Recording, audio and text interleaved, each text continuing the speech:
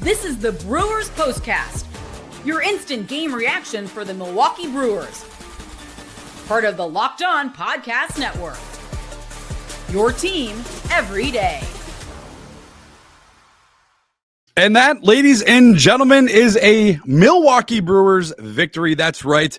They beat the St. Louis Cardinals, salvage one out of those three games that they played up there in the Brewers beating the Cardinals today 7-1. Welcome in to the Milwaukee Brewers Locked On Postcast. My name is Brandon Snide. You can follow me on Twitter at Brandon_Snide. And also all of my work covering the Bucks, the Brewers, and the Packers over on WTMJ.com.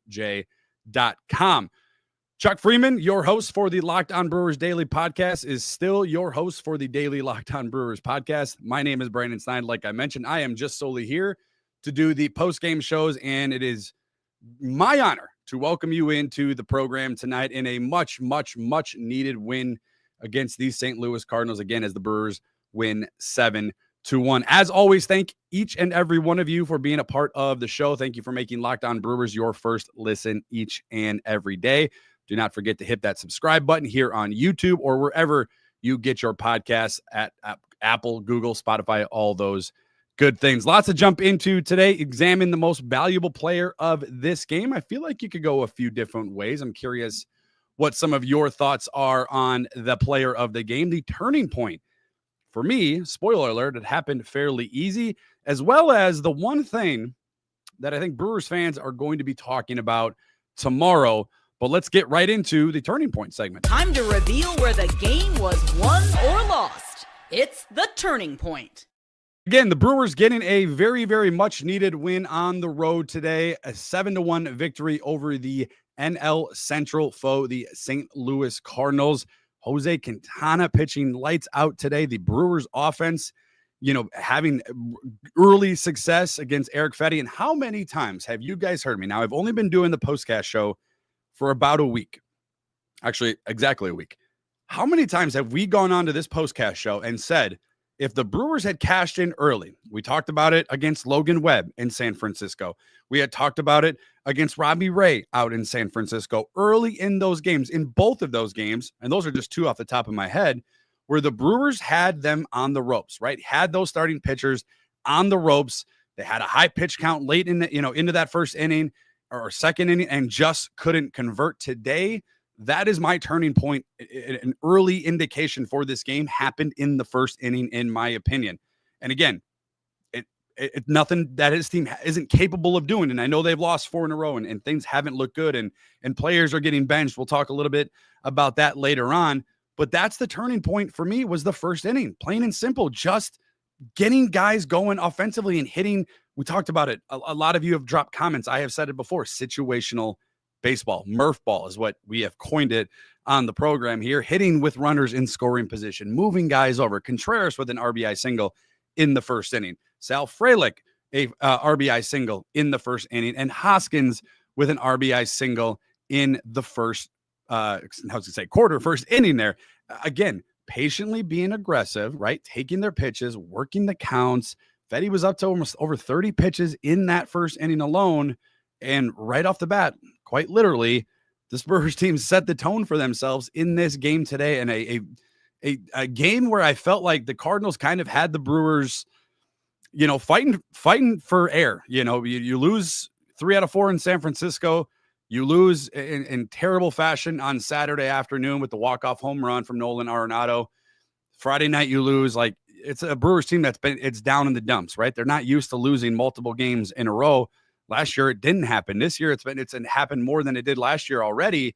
But it was a team where, not playing good defense, not, taking the proper pitches at the plate, not hitting with runners in scoring position. The bullpen really not measuring up to the bullpen that we've grown accustomed to, especially here under Pat Murphy. But today, that they set their tone for the Brewers, set the tone for themselves right off the bat in a much, much, much needed win over the Cardinals in St. Louis. 7-1. A really good game from a handful of different players. And I'm curious as to what your thoughts are as Brewers fans. And if you're out there on the live stream on YouTube, Greatly appreciate it. Joe dropping it. Maybe his early player of the game, saying Jose Quintana 4-0. If you guys are new to the Postcast, and I know the Postcast in general is fairly new, I've been doing it for just about a week. I have had high praise in many different ways for Brewers general manager Matt Arnold. And to Joe's point, Jose Quintana, where would this Brewers team be without him, right? No, he started the season. He's 4-0 now. He's only one of a few pitchers to start their career in a Brewers uniform, undefeated. The name is running off. CC Sabathia, there it is. The only other pitcher, and he has just kind of been the stable calmness that this team has needed. You drop 3 out of 4 in San Francisco. All of those were really close games. Then you come to St. Louis. St. Louis hasn't been playing good baseball, guys. Like, they have not been playing good baseball at all. We had talked about it going into the series, like outside of, after they won Friday night, like they had 1 out of their last 8 games. Like, they just haven't been playing good baseball. They obviously beat the Brewers 2 out of 3 here. I'm looking at the Brewers history. So 4 wins in their first 4 starts. There's only 2 other pitchers that have done it. CC Sabathia is one, Jose Quintana, and Tom Caninati is the other one. So this is a very much needed player that the Brewers added late in the offseason. And where would they be without him? Like, where would this team be without him? It's kind of scary to think about, especially given the injuries that they have sustained. Jamie also over here on the live YouTube chat. And once again, guys, I can't stress it enough. Please, if you are not, hit that subscribe button. It does wonders for the channel and for all of you, so we can provide this fantastic content for you, especially after a Brewers 7-1 win in St. Louis. Good win today, says Jamie. Let's sweep the Sox to erase some of this bad play during this road trip. Jamie comes onto this live chat and speaks the truth. Like, I think there's a good opportunity for the Brewers team. It's really hard to sweep a team, but I think if the Brewers are going to do it, and again, it's hard to say they're going to do it because of the way that they've played as of late, but a good opportunity for this Brewers team to kind of right the ship in a series against the Chicago White Sox in Chicago. The road trip continues for the Milwaukee Brewers. I did mention to you guys player of the game, and I think Joe kind of alluded to his player of the game when he dropped the comment and said Jose Quintana 4-0. We have a couple other players that are being mentioned on the live chat, as well as in my group chat with my friends. And I'm just curious what some of your thoughts are for the player of the game. And again, when you win the game, who cares, right? Like, everybody's the player of the game. You needed this win more than anything. You just needed to get the vibes going back into the clubhouse for this Milwaukee Brewers team, who also received some bad news. I don't think it's surprisingly, bad news. It's bad news nonetheless, though, with Garrett Mitchell with the confirmed strain oblique. The timetable is kind of cloudy right now, but I would anticipate he is going to easily miss. We saw, a couple of oblique injuries already for the Brewers. Tobias Myers is the first one off the top of my head who has missed, the first month of the season or so. So that is something that maybe you could anticipate for Garrett Mitchell. And it's tough for Garrett personally because of the things that he's had to gone through so early in his career already. But just another one of those things that he's going to have to fight through and see exactly what happens after he returns and who steps up in his place. Defensively, offensively, he's had a struggle this year, but defensively, Garrett Mitchell is one of the best outfielders, especially in the Milwaukee Brewers clubhouse. All right, coming up after this break, the player of the game. I mentioned it a few times now.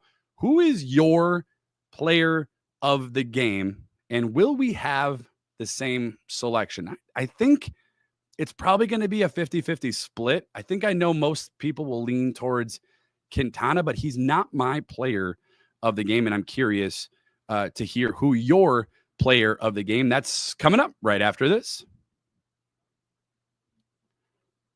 All right, guys, this show is brought to you by Gametime. They are fantastic. If you are in need for late game tickets, you got to get to Gametime. It's an app. Go to the App Store, download it. There's nothing better than catching a Brewers game live, the crack of the bat, the roar of the crowd, the smell of ballpark food. And if you're looking, again, for those last-minute tickets, trust me, I used it in Colorado. I went to Coors Field last year, American Family Field all the time. Gametime, the Gametime app makes it so easy, and there's so many different options, last-minute deals, all-in pricing, and the lowest price guarantee.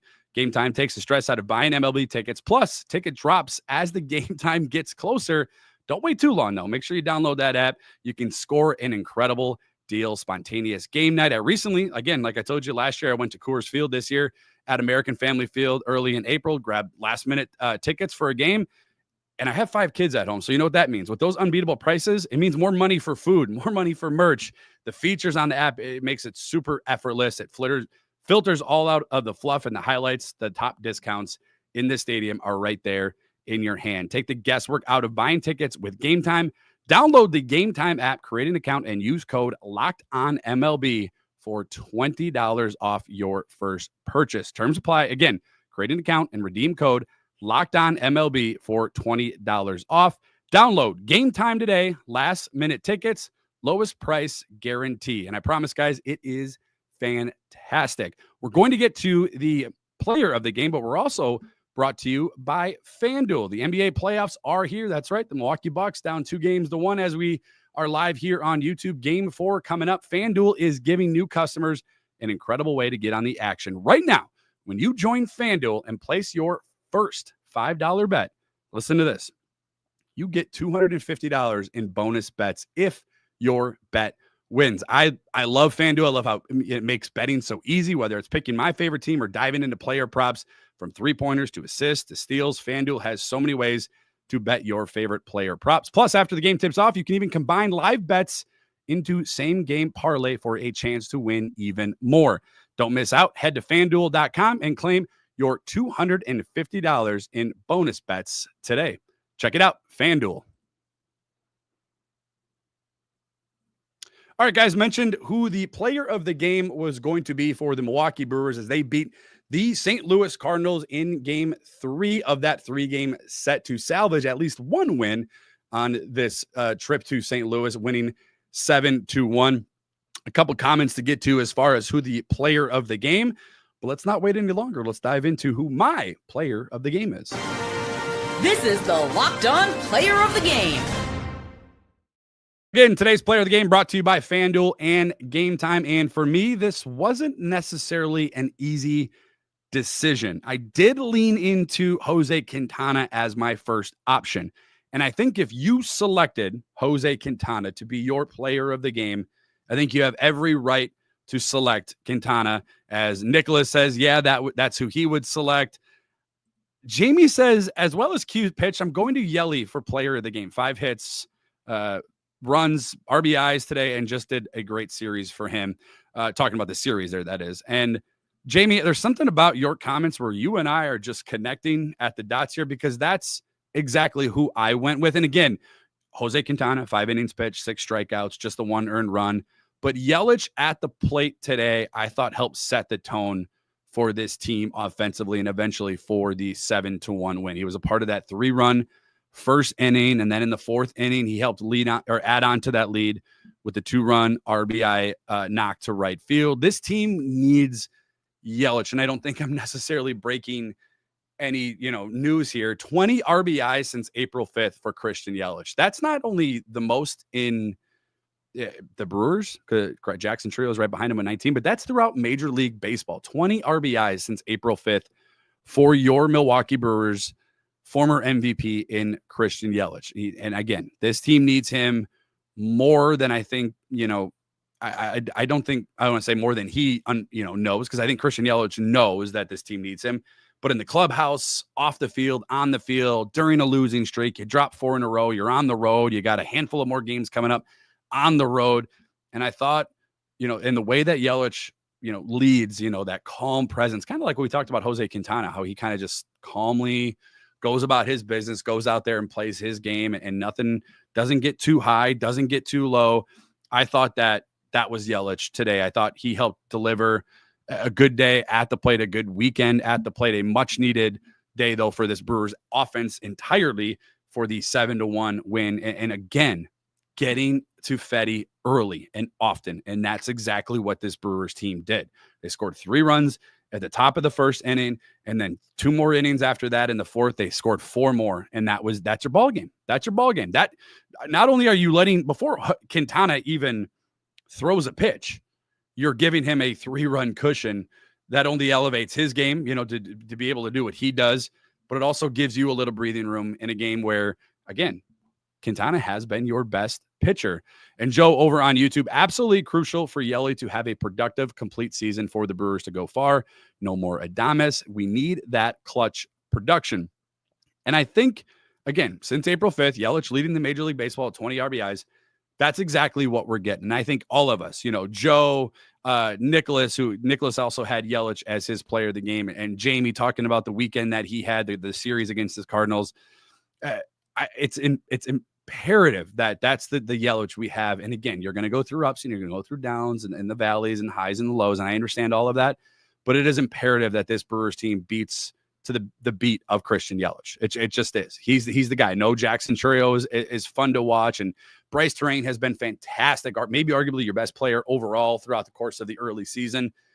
But you're going to go as far as Christian Yelich is able to take you. And that's just the fact of the matter. He's your leader. He's your best player. And today, 2 for 4 at the plate, a couple of RBIs, set the tone early and often. And the Brewers get the 7-1 victory over the St. Louis Cardinals. Ben also over on YouTube saying we badly need a winning streak to sweep the White Sox.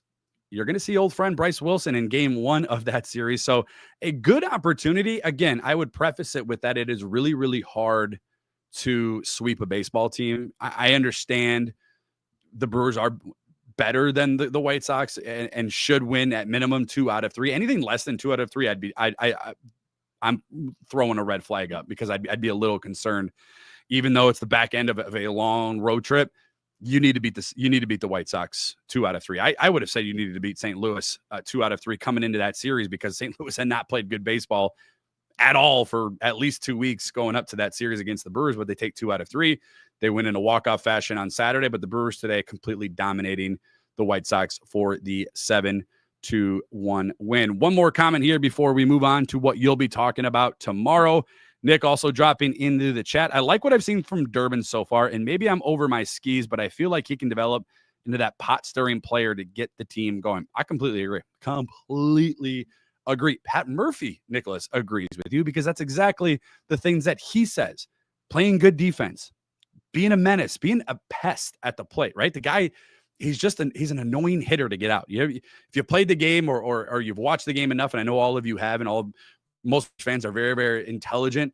He's a guy where, when you're watching old Cardinals games and Colton Juan for the Cardinals back in the day, I'm trying to remember some names off the top of my head. Javi Baez with the Cubs back in the day, just an annoying guy to get out, right? Like just an annoying, pesky player.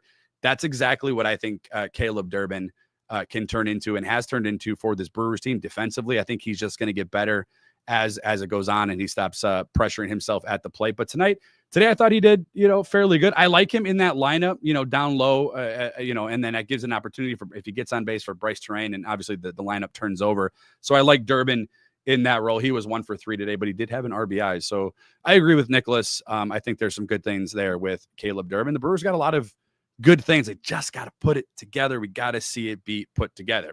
All right. What you'll be talking about tomorrow. Let's dive into it. This is what you'll be talking about. That was a tough one on Saturday afternoon, the walk-off loss, but the Brewers fought back today. Got to give them credit.